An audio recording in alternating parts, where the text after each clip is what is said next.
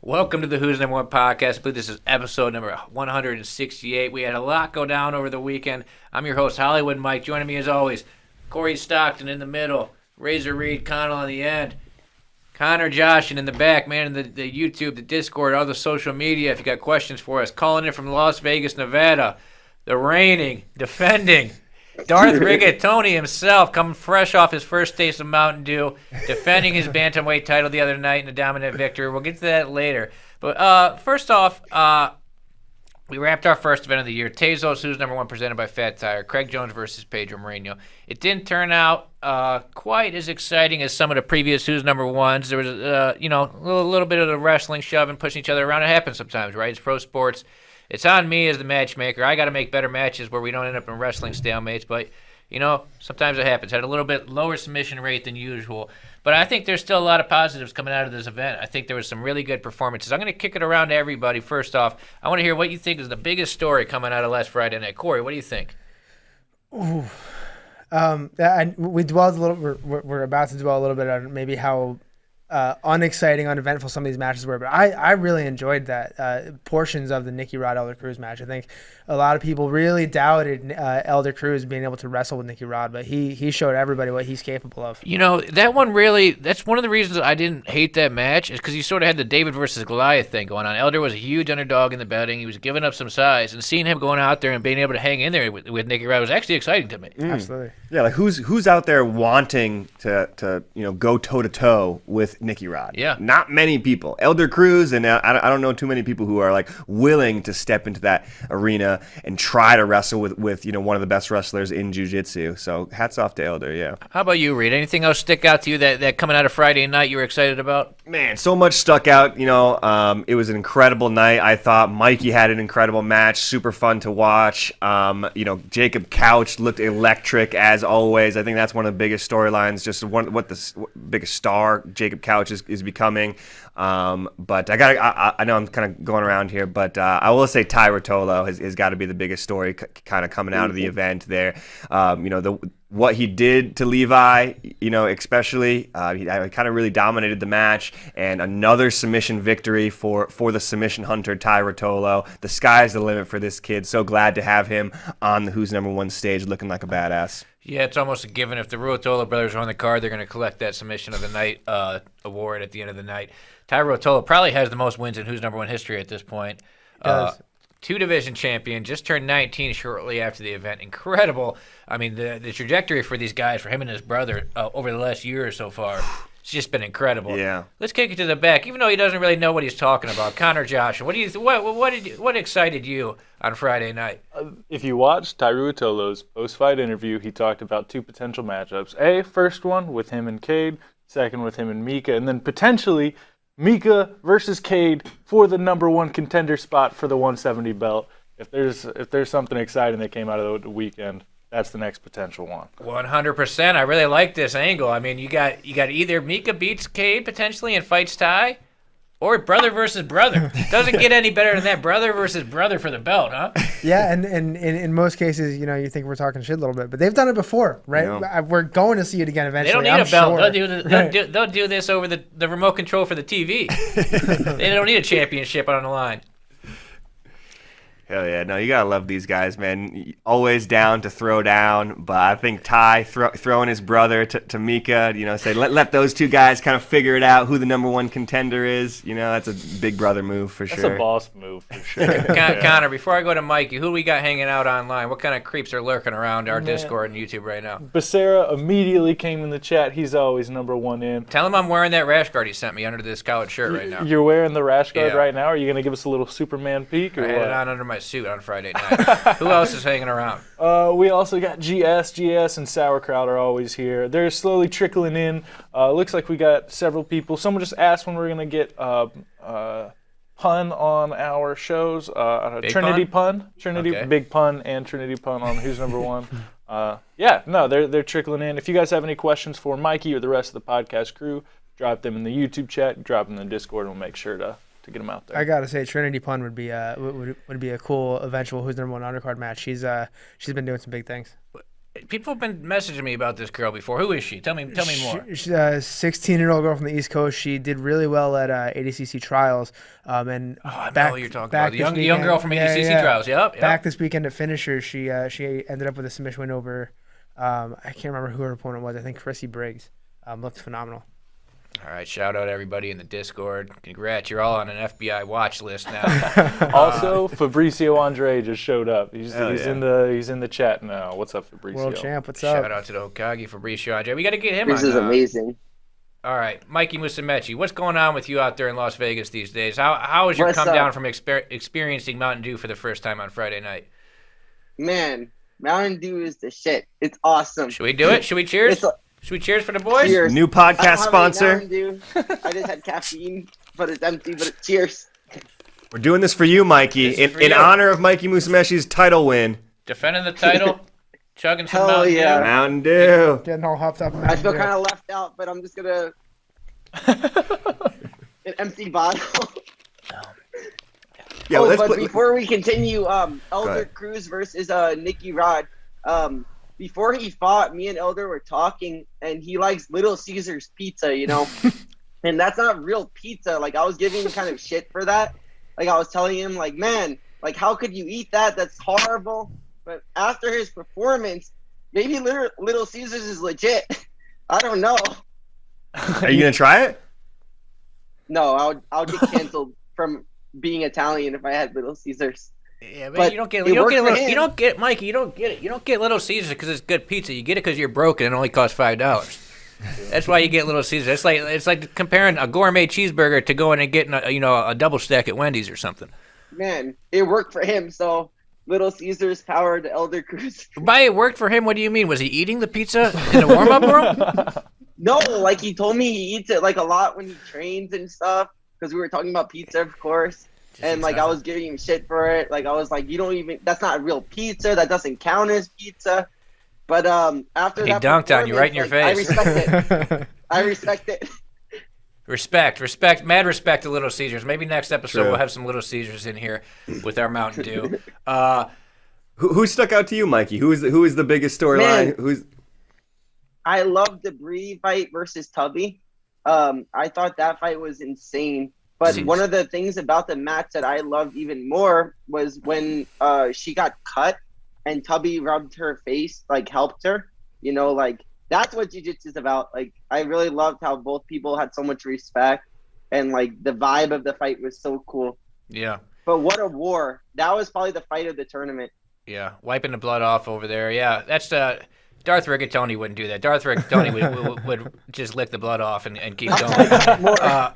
But that seems to be a lot of people's pick for the match of the night was Tubby versus BSM. As we look at the clips here, I mean these girls, some of these toe holds that they were throwing out there were brutal. It was tough to watch. This knee bar looked Knee tight for a bars, yeah. second, These too. guys, Tubby just won't tap. It was just pure action every second this match, you know, like both people deserve to win. That's what kind of sucks. Yeah, that's the thing. I mean, when you look at these matches on paper, they were all supposed to be, barn burners. These girls went out there and did what we thought they were going to do. Yeah, throwing heel hooks, toe holds, knee bars. These girls, the flexibility in these ankle and knee joints got to be crazy. BSM wins a very close judge's decision. I would not have wanted to have to pick that one because it was just back and forth. But, all right, so let's, before we go on, Corey, you've been updating your Nogi rankings. Yeah, we got a couple of changes in the rankings. I think maybe the best place to start is Where you got Mikey Musumeci ranked? Mikey Musumeci. Pound for pound, where is he? Pound for pound, Mikey's number 3. He moved up. Ooh, Yeah, Mikey's got a congrats, little Mikey. promotion. More Mountain Working Dew. my way up. Would you like to guess which pair of brothers you are behind, Mikey? Oh my god, that's awesome. Yeah, we got All Ty three and people- Cade coming all- number 1 and 2. But what's cool is the top 3 ranked people don't take steroids. So I'm really happy about that. or Mountain Dew? Is that the first time in jiu-jitsu that the top 3 ranked people in the rankings are all not on steroids? Mikey, Mountain Dew's a PED. Yeah. Oh, it is? Oh, I didn't know that. But I took it after the fight, so that Mountain wouldn't Dew's help a my banned performance. substance. It was after the fight. So we got Mikey number 3. All right. That's a hell of a top 5. Mika got out, Tim Spriggs. You dropped Gordon, huh? Gordon's been inactive since March, and there have been a lot of active competitors. Mikey, Ty, Cade, Mika, all these competitors have been active, have been winning by submission. So for the time being, Gordon takes a couple steps back. I'm sure I'll hear all about it later on. Reed, what are you thinking about these rankings? Hell yeah, man. Great rankings. Might need to see Pedro. Oh, no, Pedro's up there. Gotcha. I think, Ty, Cade, Mikey, Mika, Tim, these are the elite of grappling. So good list right here for sure. Shout out to the Duck, Pato. We know the chat loves Diego Pato. He's up there. Quack. All right, let's go ahead and go down the lineup here. Let's start the main event and work our way back. Craig Jones versus Pedro Mourinho. Craig said he was going to go out there and wrestle with him, said he wasn't going to pull guard. It didn't work out for him. He seemed to have a hard time moving Pedro around. He didn't seem to want to go underneath him. He didn't want to shoot, it seemed like. He wanted to go upper body, and he was having a hard time moving Pedro. And I think by the time he eventually did pull guard, which I called, I said that you can't trust Craig. He's going to go back on his word. He did pull guard, but I would have liked him to pull guard in the first 10 seconds of the match instead of waiting till he was tired from wrestling and pulling guard. I think that's what did him in here. Pedro Mourinho, though, takes the light heavyweight belt in his Who's Number One debut. This is a guy, he's no joke. He might not be as big of a name as Craig, but he's won his weight in absolute. Black belt at Nogi Worlds the last year. Beat some big names.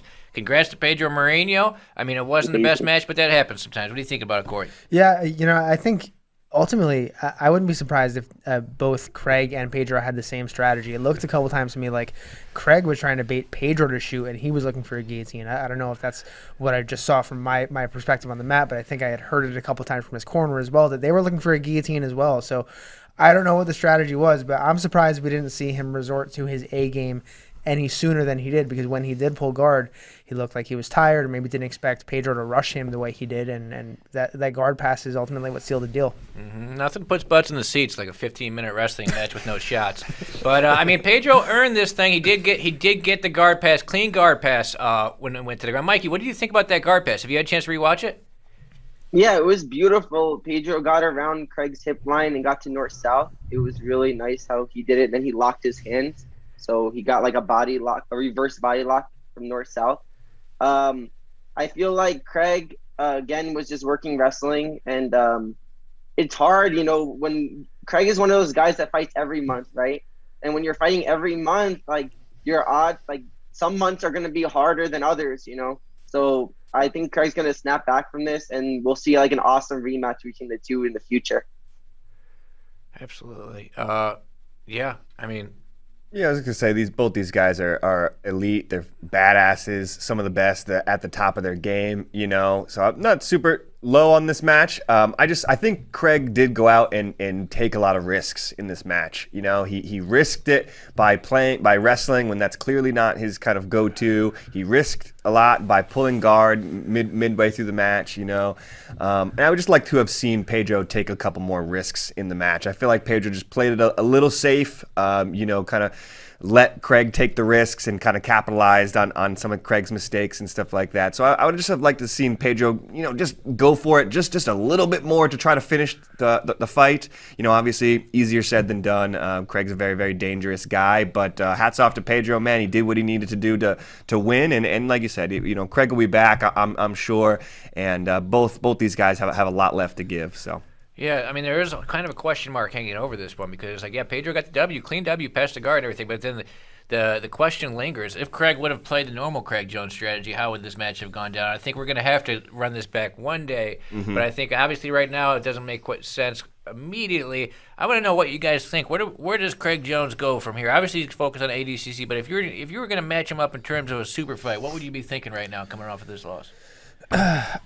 Good question. Yeah, that is a good question. I think, if we look back at the first Pedro Craig match, right? Ultimately, that was part of Kasai. Kynan won that division.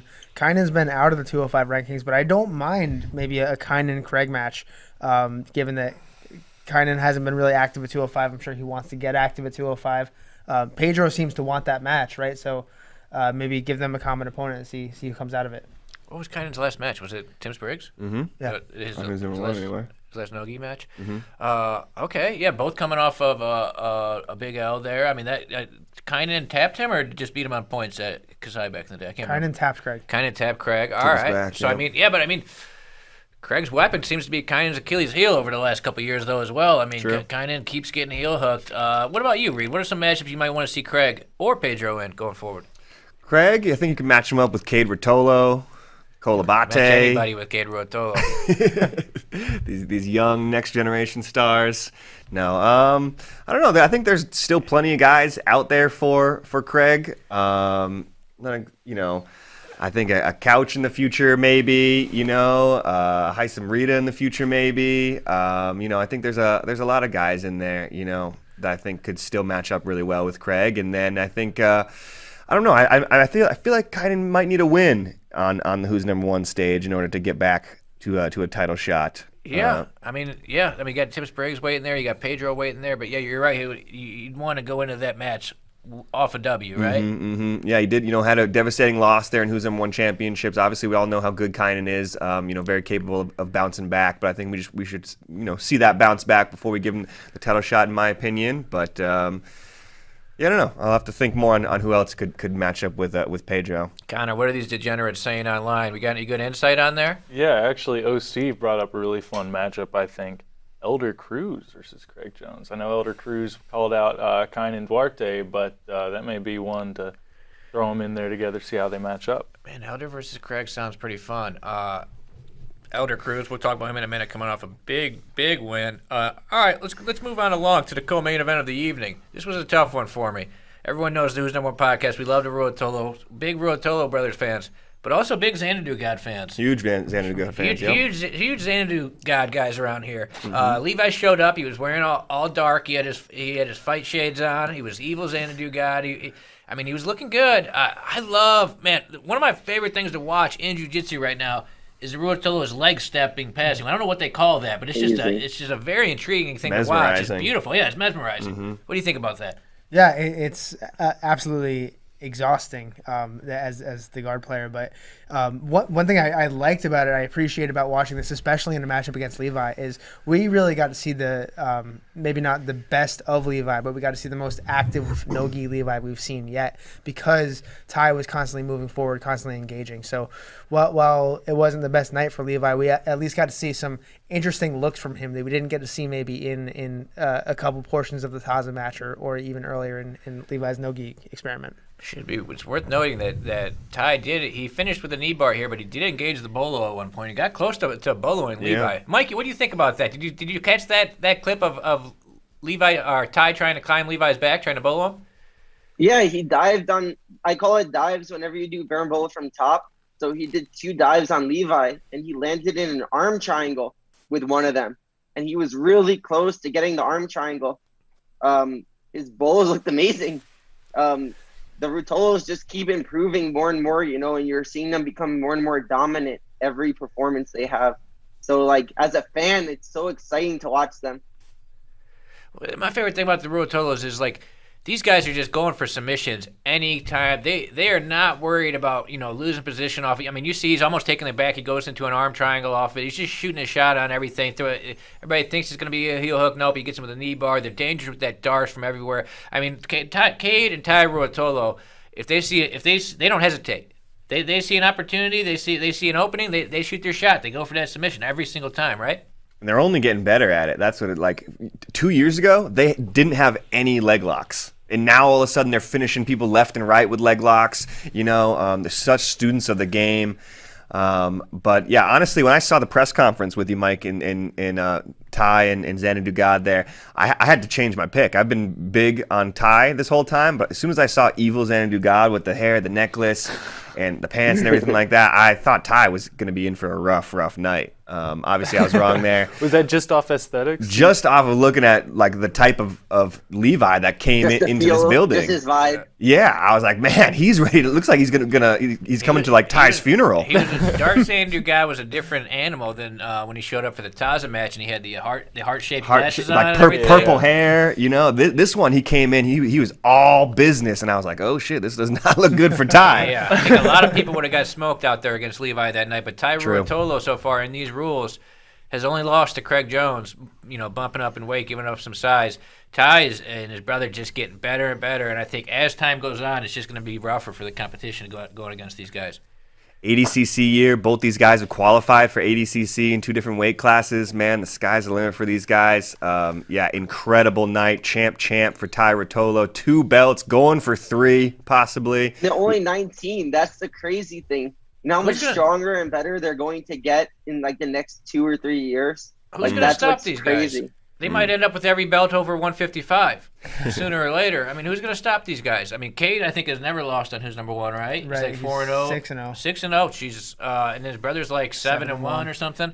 So they're 13-1 combined between the two of them. Probably the majority of those wins by submission. I think it's 9 total submissions for them. 9 total submissions. Yeah, I mean, these guys.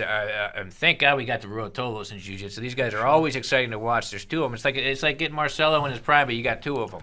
Always going for the finish. Always exciting matches. Connor, what are people saying online about this match, about the co-main? Dakota Lucero is doing a victory lap in the comments. He told us apparently that Ty was going to smoke Levi. There's people asking for blue belt advice. Then we got questions for Mikey in here. You let me know whenever you want me to drop Mikey a question. I got you. All right. You're granted permission to drop one question. Drop it. All right, Mikey. They have a Daisy Fresh question for you. What's up? Do you feel like the level of training at Daisy Fresh is better than you've had in recent years? And is it as intense as it seems to be on the YouTube channel? Did you get any fist fights to squash beef? How many fist fights you get into out there, Mikey? Every day, it's normal for me. Man, so the level of Daisy Fresh is like crazy. Like everyone's really technical, but they're all so tough. You know what I mean? Like they're that grinder, like They try to break you in training, and it doesn't matter if you submit somebody, they'll get up and go again. They're kind of like zombies. They just keep getting up at you, and they keep going hard. So, like, man, that's the biggest thing about the training there. I'm going there Friday. I'm going to start my camp for my next match Friday there. So the training in Vegas is more methodical, like how I drill and stuff, and more studying positions. And I do more like a different type of training. And then I'm going to go there now for like that tough porrada. But they're also super technical at the same time, So like, man, I'm excited. It's going to make me a lot tougher, that training. You working your wrestling with Pixley? Of course. I'm going to be doing wrestling every day. I'm excited to see my development with wrestling, I have like 8 months until ADCC. So I feel like I have plenty of time to learn it and develop that skill. So I'm excited. And wrestling is so much harder than jiu-jitsu, like toughness-wise. So it's going to make me tougher for sure. Shout out Pixley. Won decisively. Prevented me from having to do a Who's Number 1 match for some reason. I was going to end up on the prelims if Pixley lost that match. But all right, so moving on along. Let's get to Nicky Rod and El Monstro. I mean, talk about a big win for El Monstro. I mean, it was a close match. I think this one might have been a split decision. But El Monstro, I mean, he controlled the center. I mean, for how much size he was giving up against Nicky Rod, Nicky Rod's usually the guy who goes out there and pushes people around. Like, Elder looked very strong in this match. Looked like he's going to be a problem going forward. I was very impressed with El Monstro in this match. Yeah, it looked a lot to me like Nicky Rod was accelerating to the middle and then started decelerating towards the middle of the match and started decelerating towards the end of the match. Whereas El Monstro kind of accelerated towards the middle and then held his pace. And that to me is really kind of what won him the match, is he continued to wrestling when Nicky Rod maybe started to taper off a little bit. Yeah, man. Like I said before, I don't think a lot of people are taking the fight to Nicky Rod quite like El Monstro had planned. Definitely, I watched the press conference there too. I was impressed with El Monstro's confidence and Dropped some bars. Yeah, dropped some bars, but and said that he was going to take down Nicky Rod, in the match. So had the confidence. Had the swagger kind of going into the match, so that was cool to see. Not like I said, not many people I think kind of have that confidence when going against somebody 30 pounds bigger than you, and at least on paper, maybe is a more credentialed grappler than El Monstro. So yeah, I think huge. You guys think this is a huge win for El Monstro? On a big stage, big win. Big stage. It wasn't as decisive, I'm sure, as he wanted or some other people wanted, but just for him to go out there and put on a performance like that, I think he pat himself on the back. It's a big win for him. And you got to give him credit now too. He's going out there calling out Kaynan Duarte, calling out Victor Hugo, right? He's and we've seen that he's not just going to call somebody out, right? He's going to call out Nicky Rod and step up to it, step up and take it. So he's calling out all these big names, the guys above him in the rankings, and you can be sure that if he gets the match, he's going to take it. Yeah, he turned to me while Nicky Rod was talking in the press conference, and he whispered to me. He said, "Hey, Mike, do you mind if I drop some bars?" And I was like, "Man, I don't give a fuck. You can do whatever you want." And he dropped some bars, and yeah, it was interesting. Connor, what do you think about that? You think you rap a little bit? Yeah. So what do you think? You do? Are you a better rapper are you a superior rapper to El Monstro, or? I think you put me and El Monstro on a beat together, it's going to go a lot like that match. It's going to be, we're going to face off, two titans of rap. It's going to be hard to decide the winner, but I think I'm going to take him. But El Monstro coming out of this, he's a guy that did 88 kilograms at East Coast Trials, lost to Giancarlo Bodoni, but he's somebody I could see, if he makes ADCC at 88 kilograms, really being a problem under those rules. Yeah, Nicky Rod got through a lot of ADCC purely with wrestling, right? And for somebody, giving up 20 pounds to do the same, to stick with Nicky Rod in the wrestling element, I think he'll be able to use that to his advantage at 88 for sure. And just Nicky Rod, coming back from a long layoff as well, kicking the dust off the boots. Nicky Rod will be fine. This is his first match in a little while, so I'm sure he's getting back into the swing of things and everything like that. Nicky Rod, I think he's got plenty of time to be in peak form for ADCC and be in peak form for another Who's Number One or title shot down the line. So I think Nicky Rod will be fine, man. He's getting better every day, and we haven't seen the best Nicky Rod just yet. Big dub from El Monstro. El Monstro brought to you by Little Caesars $5 hot and ready pizzas. Little Caesars. Mikey, what do you think about this match? I know you're not a big wrestling guy. What do you think about it? Did you watch it afterwards? I think it was right. Oh, no, you were already done at this point. Did you watch this match live or did you watch it after? I saw some of it live, but I didn't really get to watch it that much until after. Like you said, he's improving so much, Elder Cruz. He got second in the East Coast Trials, and then now he beat Nicky Rod. And now he wants to challenge himself more. So he's hungry, he's working hard. I think Nick Rod, like you guys said, he hasn't competed in a little while. I think his last match, wasn't his last match with Yuri like in March last year at my first Who's Number One? He had one against like a Bellator fighter, I think, recently, like a couple weeks ago. But his last big name grappling opponent would have been Yuri, and he beat Yuri pretty handily in that match, but he's undergone surgery since then. So this is like his return to. That was the last time I saw him fight. That's what I was saying. Yeah. Yeah, and he looked incredible in the Yuri match. We didn't get to see this one hit the ground, unfortunately, though. Yeah, so I think that Nick Rod just needs to just keep competing now before ADCC and just keep active, and he's gonna like slowly get his rhythm. So it's a good match for him just to build his rhythm and build himself up for ADCC later in the year. He has to use these competitions to build himself up, I think. It's easy to forget how new Nicky Rod's career really is. He sort of took second at ADCC on just like a few months of training or something. So it's like he might have been training less than Elder so far. So Nicky Rod's going to still have his speed bumps on his way to the top. He's going to have to take some L's, learn a little bit. And I think once he puts it all together, he's such an athlete. I think it's great for him, actually. That's what I'm saying. I think it's great for him. Taking a loss can be good for you sometimes, especially it's better now than at ADCC, right? Mm-hmm. Exactly. Yeah, and this is all build up for that. I was just watching his trials, West Coast trials there, when he choked John Hansen, and he flexes and he goes, 9 months, baby, 9 months. It's like, dang, I can't That's believe. what he said after he. Yeah, I was like, I can't believe that this dude won ADCC trials on 9 months of jiu-jitsu experience. It's crazy. Connor Josh in the back. What are the fans thinking about this El Monstro Nicky Rod match? They loved the match, but I think they're probably going to run into the same problems that we had as viewers watching it. There was a question, 2 questions actually. How would a rematch between Ty and Nikki look like? I think that happened maybe on a third coast. Ty and Nikki Ryan? I think they're talking about Nikki Rod, and I think we saw that on a third coast. Man, I think you're making shit up back there again. No. Let me see There if I was can pull Roberto it up. Jimenez, Nikki Roberto Rod. Jimenez went against Nikki Rod. Yeah, maybe Roberto and then fought Roberto. Nikki Rod. Yeah, Yeah. and then There you Roberto go. fought Rotolo's, right? They're asking about Ty Rotolo versus Nikki Rod. They maybe have been asking about Ty versus Nikki Ryan. Ty versus Nikki Ryan would be a rematch that happened on Who's Number One. It went down on Who's Number One. Feels Different like a world. lifetime Different ago. world. It's hard to Yeah. believe that was after the lockdown. Jesus Christ! Scary. Back in Dallas at Gillies when we Fight to Win produced it. It was on the same event of where Kyle Bang microdosed against Gordon Ryan. out. And then Ty Rotolo. I gotta send you guys in the Slack the picture of. I'm gonna send it right now. The picture of Nikki Ryan and Ty Rotolo when they went against each other like a year and a half ago. They look like little babies. I'm gonna send it to you guys right now. Maybe Tyler can post this thing. Yeah. Yeah, it feels like forever ago. Nikki in a different spot, Ty in a different spot. You know, they're both mature adults now, it feels like.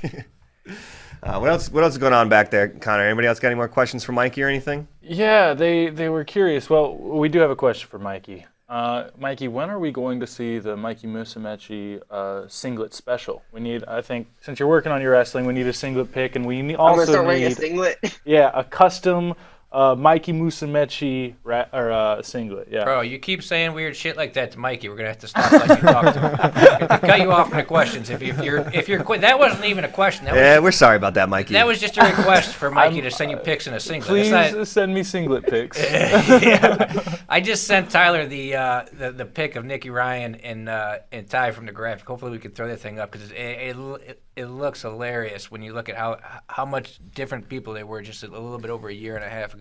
Look at this thing. Well, Oh my God. Look at Nikki Ryan right there. Babies. Couple of babies. That could be the son of the current version of Nikki Ryan, just walking around Austin, Texas. But yeah, Ty Rotolo now double division champ. I mean, that matchup I feel like is inevitable. I mean, Nikki Ryan versus either Rotolo brother. He, I think, is 0-1 against Ty. Lost him on Who's Number One, but he beat Cade at ADCC trials, right? I think he tapped him with a heel hook. Heel hook, yep. In a very close match there with Ty. A lot of people, thought Nikki may have won that one. So, who knows? Yeah, I mean that little group of guys around that weight, both the Ruotolo brothers, Nikki Ryan, you got Mika Galval, you could probably throw the Tackett brothers in there. There's lots of exciting athletes that are really young. You got a lot of potential around that 77, 88 kilogram division right now. I think you'll see Cole Abate probably join that group in a couple of years when he grows a little bit. But man, a lot of exciting matches to look forward to there. Let's move on along the card.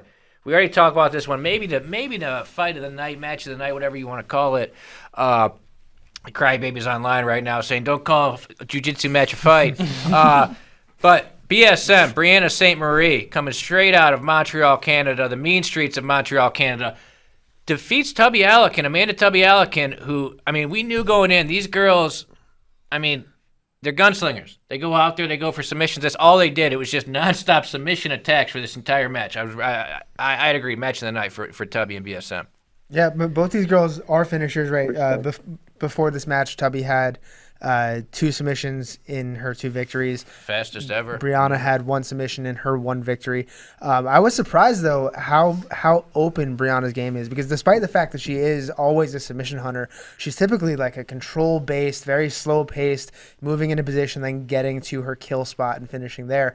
But here she was just full throttle, everything out the window, just dropped back on leg locks. And it was fun to see because it allowed for all these shootout positions, right? The knee bar shootouts, the toe hold shootouts, the heel hook shootouts, some weird wrist lock positions at the end, right? A little bit of everything. Yeah. That wrist lock, that would have been the number one submission of all time if she would have finished that. Some of those toe hold positions, I was like, God damn, my ankle would have popped a dozen times by the time it got there. True.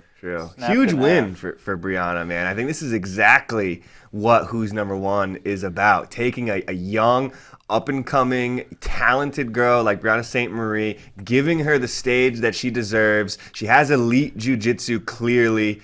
and she's taking out big names. She's having great fights, and she's putting on big performances. I think this is exactly the type of thing that Who's Number One is all about. I think Brianna, BSM, as Mike, you guys like to call her, which I think is a great name, has all the kind of writings of a future star here in this sport. She keeps doing her thing. There's a potential kind of couple title fights for her probably down the line, maybe sooner rather than later. Who knows? But this is a huge stage for her, and I think she can become a huge star. People seem to really, really identify with her. They like her style. She's kind of not your atypical aggro kind of MMA jiu-jitsu guy, badass. She's unassuming, and she goes out there and she goes for the kill. So becoming a big BSM fan. Yeah, unassuming is an understatement. One of the nicest people you will ever meet goes out there and just nonstop tries to break people's limbs the entire match. Mikey, what do you think about this Tubby Brianna match? Like I said before, like it was just pure action. Both people had like that energy, like they want to fight, and then the other person would match that energy, and then they would go harder and harder, and they kept getting in Mexican standoffs, which I think is the 10 planet term for like dual leg locks, right? Okay. It Sounds was like crazy. Both people deserve to win. That's what I felt with the match, like because how hard they both fought. It was awesome. Definitely fight of the night. Yeah. As a nice guy who goes out and rips people's limbs off, do you identify with Brianna as well? Well, that's what I told somebody, Mikey. Hold on. I told somebody on like the weigh-ins day. I was like, man, Brianna's kind of like the female Mikey. And they told That's me what Heath was saying. They go, but there already is a female Mikey, and I was like, you're right, you're right. There literally is a female Mikey out there. So it's like she's got to fight Tammy Musumeci for that spot. But she's got some Mikey vibes going on there. Yeah, after she fought, like we were looking at each other's glasses, like so we're similar. You guys were checking each other's glasses out? Yeah, I was like glasses squad. How are her glasses? What did you think? Up to specs? They were cool. You have to have style in the glasses game, Like I got that style. Hell yeah. Hell yeah, you do. All right, let's move on along. The Hillbilly Hammer, Jacob Couch, goes against David Garmo on short notice. I was in the warm-up room for a lot of this match. I didn't get to see much of it in the room, but Couch with a beautiful finish here, sort of goes inverted here to snag the leg. Mikey, why don't you walk us through this finish by Couch a little bit when he sets it up here with the video? Yeah, so he does the false reap grip right here. You see how he already has the false reap, and then he gets the lower part of the leg in, and it was so tight already that Garmo had to tap before he even locked his hands. Like, that shows you how freaking tight Jacob's heel hooks are. So you train with Couch. I think watching Couch compete, it's pretty obvious that his leg lock game is very tight, very efficient. It reminds me of when the DDS first started hitting everybody with him, where it's like if he gets in on entry, you're in a lot of trouble. Yeah. I think that I think his leg lock game is just like now he's like the best. He's gonna be the best, if not already the best heavyweight like leg lock guy. He's already doing it to everyone. Like every match, we're seeing how technical he is from this spot. So like it's so exciting, and he's also like so young and like upcoming, and like he's getting better every time. Like crazy. What is Couch's record on Who's Number One? Man, now? it's wild because he lost. He lost twice at Who's Number One Championship, but still took third because he lost El Monstro. Mm-hmm. He lost to Mika Galvao in the semis, and then who else? He lost to Blank in the wrestlebacks. But he's beaten some very big names. He beat Roberto, he beat Tackett, then he beat Garmo here, and he beat Hunter Nakova. So he's 4-3, but he's got a lot of experience so far. He's like one of the veterans of Who's Number One with 7 matches. Not only is he 4-3, he's got 3 submissions. Right, so I mean that's a high submission rate for anybody on Who's Number One, and that's what we expect. Fun fact about this match is when he was fighting right before my match was right before him, he drank a full Mountain Dew before stepping on the mat. I've never seen anybody do that in my life. He drank a whole Mountain Dew, guys. So he didn't just take a sip of that thing; he pounded the whole Mountain Dew. Pounded the whole thing down, then stepped on the mat and fought. That's psychopathic. That's my boy. That's next level. Mikey, I love how you just call him Hillbilly. He said, thanks, Hillbilly, when he brought you to Mountain Dew. Yeah, because sometimes I call him Jacob, and nobody says anything, and then I'm like, Hillbilly, and then he responds. Shout out to Jacob Couch, another submission win. This guy's another one that's got a great trajectory going on. I think he wants more matches at 185 pounds instead of he was up at 205 for this. What are you guys thinking? What would be interesting for Jacob Couch going forward at 185? 185's got a lot of interesting matchups there. I like 185 for him. Let me pull up. Maybe. I think originally I think him going between both. What'd you say, Mikey? I think him switching between both 185 and 205, he's great in both divisions, you know? Absolutely. How's it going you roll with him, Mikey? Man, he's so strong, but like so technical. Like he doesn't try to hurt me, you know, like he's a big guy and he just moves technically, you know?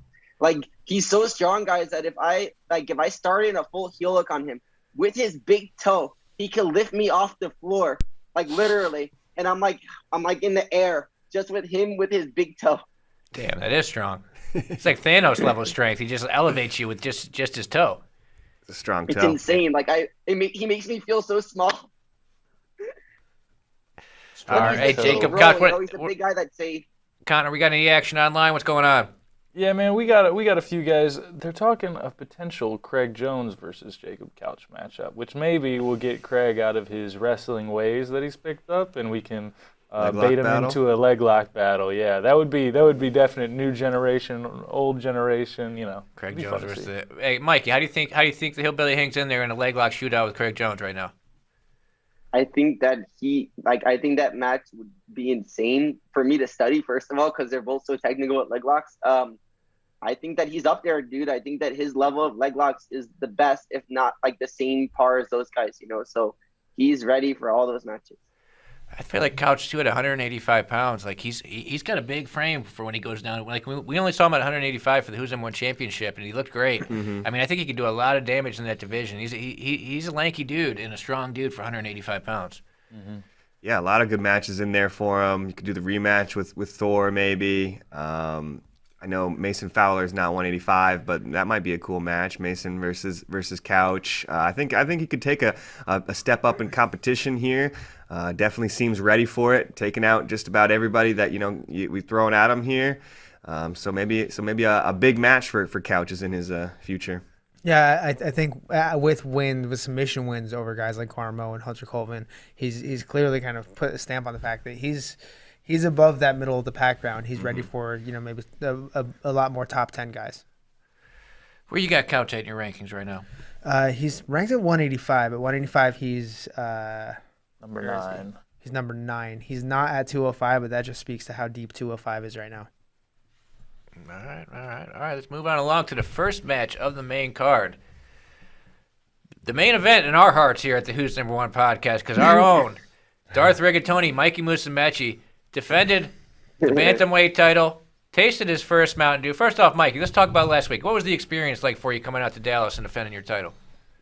Man, it was freezing because Dallas is super cold, but like the facility we did it in was the Cowboys training center. So like it was like the coolest place ever.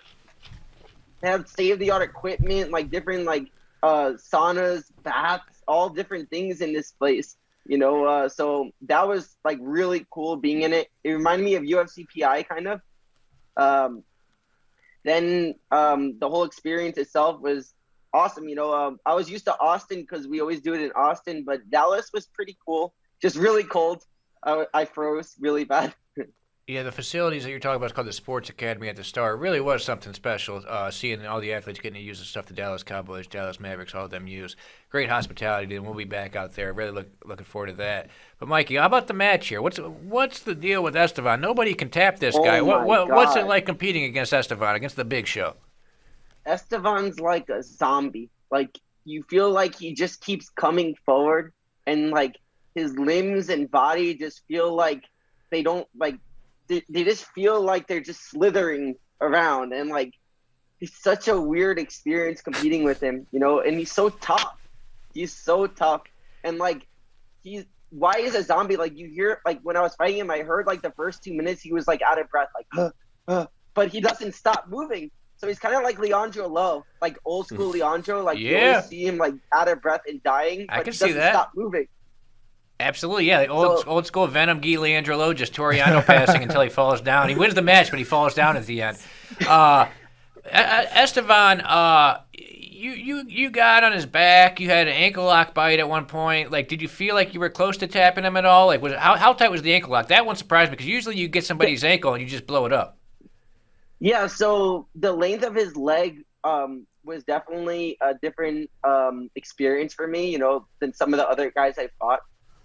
I felt like the footlock was like a milli-inch too low. Like I had it, but it was just, I don't know. I feel like I had to just get dropped higher. I feel like that was my mistake. But again, it was hard. Everything with him, like he literally gives omoplatas the cartwheel. Like his bait is to give you an omoplata, and then he tries to cartwheel off of that. So like it kind of messes with your mind. Like, isn't an omoplata a good position? But that's his like go-to passing spot. Esteban out there trying to pass Mikey with backflips, with gainers, with cartwheels, with any so awesome. any type of acrobatic move you can think of. Esteban's trying to hit it on Mikey Musumeci. Mikey, what's it like playing guard against somebody like that who's literally going to try and backflip over you? Man, so like when he's doing all the flips and stuff, like I'm like it's nothing like normal. Like you don't. It's so unorthodox. Like I trained a lot with Renato Canito in the past, and he does some flipping stuff, but it's not the same. It's definitely like this guy. Like you can't really train with anyone that could do this, So like it's almost like you have to adapt during the match to his style because no one else is gonna simulate that for you. I gotta put my How about that show sticker. that choke, Mikey? Can you walk us through that choke you were going for? Yeah. So that morning, I was on the warm-up mats with Jacob and my friend Nick, and we were just going over all different things. And Jacob was like showing me all different chokes and Nogi, because I'm right now in back take prison. Not back take prison, finishing from the back prison. 2 tournaments in a row, I couldn't finish from the back with Malfacini at Worlds last month, and then now with Giant Slayer. So I have to get better with my finishing from the back. But Jacob, what he showed me to do was we feed the arm under the armpit, and then once you lock your hand and put your chin on top, and you get your elbow aligned with your chin, it gets really tight, that choke. Like it's super strong. I think what messed me up was I was only practicing it on the other side. Then when I fought Giant Slayer, I fed it on the opposite side. I didn't get to drill it on that side ever. So maybe that was one thing that was off with it.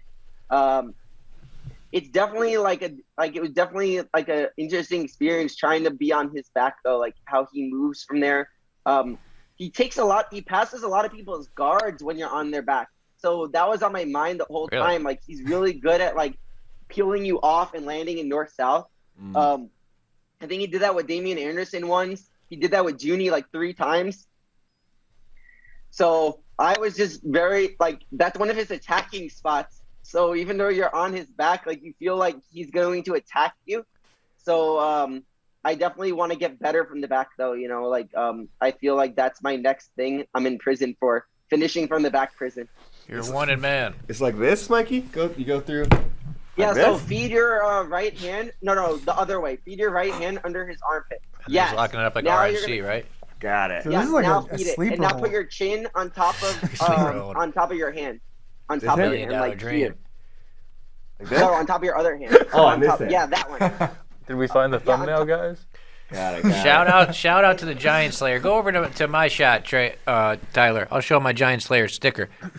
Look Giant at this Slayer's awesome. Giant Slayer sticker. He's got a gun. That is sick. That is sick. He's got a Such gun a with a nice guy suppressor also, on it. like, He's got a so silencer on that respectful thing. and cool. Shout out to the Giant Slayer. Look at that thing. Good thing he didn't bring that thing to the match, Mike. You'd have been in trouble. Kid. You'd have lost. Yeah, you'd have lost for sure if you brought that. So, Mikey, let's talk about the roller coaster of emotions that you went through when you first experienced Mountain Dew post-match. What was the experience like for you? So when I finished fighting, like I had a bet with Jacob. I was like, you know what? Because he always bothers me. I have to try new things. He's always like doing that. I'm like, dude, all right. If I win this match, I'll try Mountain Dew. So then I was like, so what does it taste like? Because I used to drink a lot of Sprite when I was a kid. I haven't really had soda much in like the last 5 years, so I didn't really remember soda that much. And it's like a better Sprite. It tastes better than Sprite, you know. And that was the first thing I was like, oh wow, it's good. Shots fired at Sprite. Let's go around the table. Sprite or Mountain Dew? Who you going with here, Corey? Oh, 100% Sprite. Reed. Mountain Dew. CJ. Dude, I'm a Kentucky kid. Mountain Dew. Yeah, Couch told me how it goes down there. Couch told me there was like several years where he drank nothing but Mountain Dew. Didn't even know water existed, I think.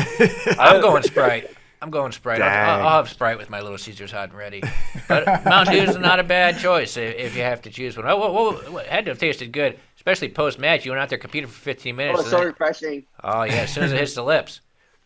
I had a Mountain Dew addiction in middle school. I would get a headache. Let's get into this, Connor. Hold on. Let's dive into Connor's Mountain Dew addiction in middle school. First off, describe yourself. Set the stage for us. Set the stage. What were you like in middle school, and what was the setting? Connor, long hair swooped across my face. I hate him already. I hate his guts. 80 pounds and had like two like nice big old glasses a day of Mountain Dew to the point like I'd get like headaches if I didn't have it. Yeah, man. It's that Kentucky lifestyle. Showing that Mountain Dew some respect. Yeah, no Bro, kidding. Mountain Dew's got to just kill it in the Kentucky market. Oh, dude. That's all these people drink down there. How'd you kick it? How'd you kick the addiction? Man, it got to cut cold turkey, you know. I had a few days of the shakes, and, you know, middle school was rough. I yelled at a few teachers for a day. It was all good, though.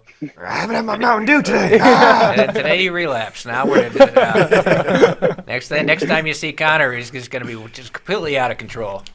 So Just life in a tailspin. Chugging Mountain Dew up for days. Mikey, is that your strategy then for the next match? To right before you fight, to chug a Mountain Dew and see how it goes? Man, I have to some Little become Caesars? more Kentucky before I do that, I think. You got to come visit, Mikey. I got to get some biscuits and gravy. That's the next thing. I like how everyone in this community has just come out and just admitted that they don't care about nutrition. Everybody used to act like they're getting everything at Whole Foods and this and that. Now all we hear about is everybody's favorite sodas and fast food. Mikey buys stuff from Whole Foods just to slam it on the ground. How He Elder did, yeah. Elder literally won that match on nothing but Little Caesars hot and ready pizza. For a month. Literally, you know, like, I respect it now. Literally. Had 40 Little pizzas in Caesars, I 30 days. respect. It's not pizza, but I still respect it. Yeah, I respect, big respect to Little Caesars. All right, Mikey, so in the post-match interview with Howell, you were saying that you want to run it back with Gio, which I think surprised some people because you've already defeated Gio before. But we've heard the dark side of Darth Rigatoni. Darth Rigatoni was sort of born out of a phone call about Gio Martinez. So why don't you explain to the people at home why you want to do this match again? What's going through your head? Man, I just really want to get the chance to roll with him again. In the match, I feel like at the end, my emotions got the best of me, you know, so a part of me felt like I lost because of my emotions, you know, so I would really like to have the opportunity to roll with him again. And he's also really tough, you know, like he's really hard to submit, and I really want to try to submit him, you know, so it motivates me to have a match with him again. Yeah, one of the highlights of Who's Number One history, it's up there with Roberto's interview about life and death. You taking away Gio's black belt post-match I was howling in laughter. I love Gio Martinez. I get along with both of you guys. I think you're both great guys. You just don't get along for whatever reason. But I was howling in laughter when you demoted him at the end. Man, so like I'm most of the time super overtrained from training so much, you know, and I don't know, I guess in the match, just all this stuff, I was like, fuck, I got to deal with this guy doing this shit. And then at the end, if I would have just had like 1 second to chill, probably, and somebody's like, Mikey, just calm down, shut up and calm down, probably would have been different. But I guess it just makes this match exciting again for us to go again, because we do have some we do have some energy with each other that I feel like we need to go on that mat and do, you know. Yeah, thank God we didn't give Mikey any Mountain Dew that night. Oh, my God. Mikey, I got a question for you. Oh, God. Mikey, they say freaks don't sleep. How are you going to counter that? The geek will counter it, because I think they called me the geek. The freak versus the geek. Geeks don't sleep. All right. Geeks get great sleep. 8 hours. The geek versus the My counter freak. to that is Freak's not sleeping. I guess they have insomnia, which I feel bad that they have insomnia. I hope he fixes that. The geek versus the freak. Definitely geek versus freak. That's a great, we got to make a poster. That's great, right? Geek versus freak. But like sick. them both in high school, like up against lockers and stuff. Mikey, do you still have something to prove with your braking mechanics if you did run the match back with Gio? For sure. He's super flexible, like when I said that, I wasn't like saying I want to break something on him. I'm saying that he's so flexible that the only way to submit him would be breaking one of his limbs, because he's not going to tap unless it goes all the way, So I definitely, getting the chance to roll with someone flexible like that, it makes you level up your braking mechanics. So I would love that chance to work it, But it just excites me to have the chance to roll with him again, and then to keep working my way up. I'm working really hard right now for ADCC, and all the potential matches to come after this are exciting to me. Couldn't believe Gio got out of that armbar in your match. Oh my Dude, God. that looked so Man, deep. he's so That's why flexible. Mikey's That's what currently I'm in saying. armbar prison. Oh, I'm in armbar prison still. Yeah, I want to get out of some of my prison sentences I have right now. How many prisons are you currently serving? I got sentence out in? of Bolo prison finally after 2 or 3 years with the Okay. Bruno fight. I Yeah. finally got out of Bolo prison. I did think that when you boloed him, that was like, oh, he's finally out. I know you've been Yeah, prison. I literally felt like I was out. I got out of the cage that I was in with that. But then finishing from the back, I'm in prison still. Heel hooks, I'm in prison still. Arm bars, I'm in prison still. Guard retention, I'm in prison still. So Jeez. few things I'm in Serving prison 4 still. sentences concurrently. Four right now. life sentences. Yeah. You got a lot I'm of on work to death do. row pretty much most of the time. Mike, you know what's something that's sort of funny? We'll go to fan questions in a minute before we get out of here. It's sort of funny to think back another lifetime in Who's Number One history. When we were very close, we had signed the contracts, I believe, to run you versus Herber Santos. Oh my God. Oh man, my were we God. stupid? We didn't What a world. We didn't even have security at events yet. We were going to do Mikey versus Herber. Me and Kyle were talking the other day because Kyle was doing commentary. We were like, man, what the hell would we have done? What if he went crazy? How would we have stopped him? Reed would have had to step I in the would've middle of died. him I again. would have just died. Yeah, Erberth would have been in prison. this What a time. matchup. Mikey versus a guy with an AK-47 tattooed on his chest. Talk about a matchup. All right, Connor, do we got any fan questions for Mikey over there? We do. We got a few of them. Starting off, we're going to start off with Luis Vargas. Mikey, what's the hardest opponent for you so far on Who's Number One? That's an easy one. Oh, obviously the match I lost, right? Against Gabriel Souza. Yeah. I think that's an obvious answer, but yeah. Let's talk about Gabriel Souza. He was in the corner of the guy you went against the other night. Is that a match you want to run back one day? Maybe lighter than Yeah, 155? if I earn the match, again, I have no ranking or titles in 145 or 155. That match was in 155, so Just got to talk to this guy right here. hopefully- What is Got that? to grease So- his palms. Slide you Corey Stockton will slide you in there. Number 1 at 145, 155. No, I feel like I just want to work my way up, like I did in the lighter divisions. And once I earn that chance to roll with those guys more, it'll be an honor, But I don't want to get a match like that unless I earn it. So you've been petitioning me for a 125-pound division. Now you're talking about 145. Dude, I'm Are you trying to I'm champ? 130 How many Dude, I'm belts wa- you want? I want a lot of belts. But dude, I'm 137 right now, so I'm literally 2 pounds off 135 without dieting. Damn. So I can make 25 literally today if we wanted me to. I drink 2 gallons of water a day, so I'm always super water loading. I would love a 25 division, even just for future generations. Rooster weight and IBJJF and light feather have the same amount of people usually. So it would be a good extra division. And I would love just to make the little guys get more exposure, in the future. And then maybe ADCC will have a lighter division one day, because the lightest division is 145 there, which kind of sucks for light feathers and roosters, because no light feather or rooster has ever won ADCC, only featherweights. So that would be cool one day if we could build up the lighter divisions, so then they would make that lighter division there. All right, Connor, we got let's get another question going. Tyler's working some magic back Yeah. there. I like it. Uh-oh. There he is. Look at those graphics. CGI. Throw him in prison. Connor, what's the next fan question? And no more weird requests that are No more personal requests. No more No personal more singlet singlet. requests. Yeah. Okay. No more photo requests. What's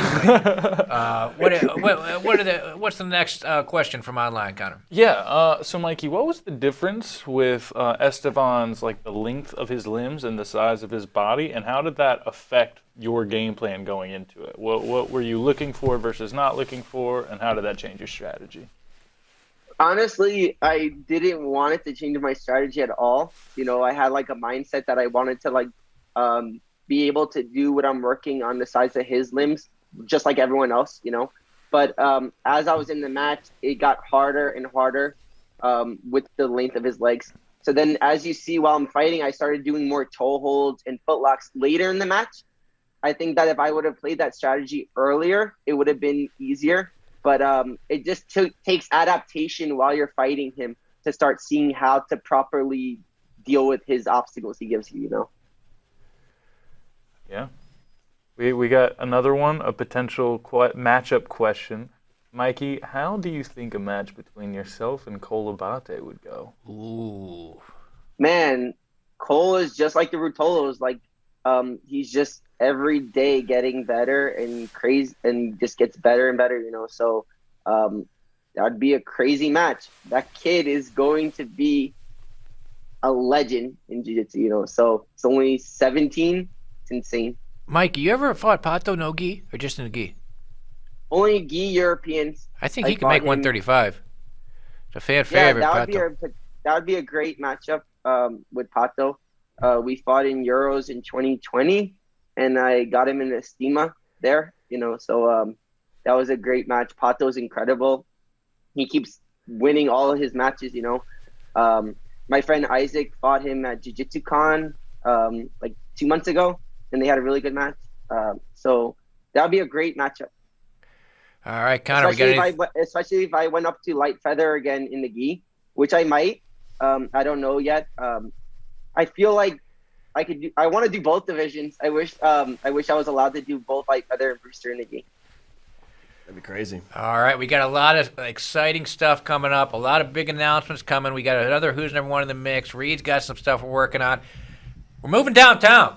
Woo! Fucking downtown. We're big time now. We're moving offices. I'm headed to Mexico this week. Next week, headed to Brazil for 5 weeks, so I'll probably be calling in for a while.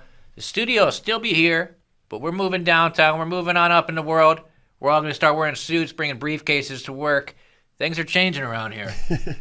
Having lunch meetings. It's going to be sick. It's all that NFT money, you know? Yeah. Change the game for Bro, us. when we move downtown, I'm just going to start having lunch meetings and just day drinking. At steakhouses. Executive style. That's right. Steakhouses. Vince Young Steakhouse for lunch every day. Is there a Vince Young Steakhouse? Right downtown, yeah. That's my new spot. Catch me happy hour at the Vince Young Steakhouse. Hell yeah. Connor, what's going on online before we get out of here?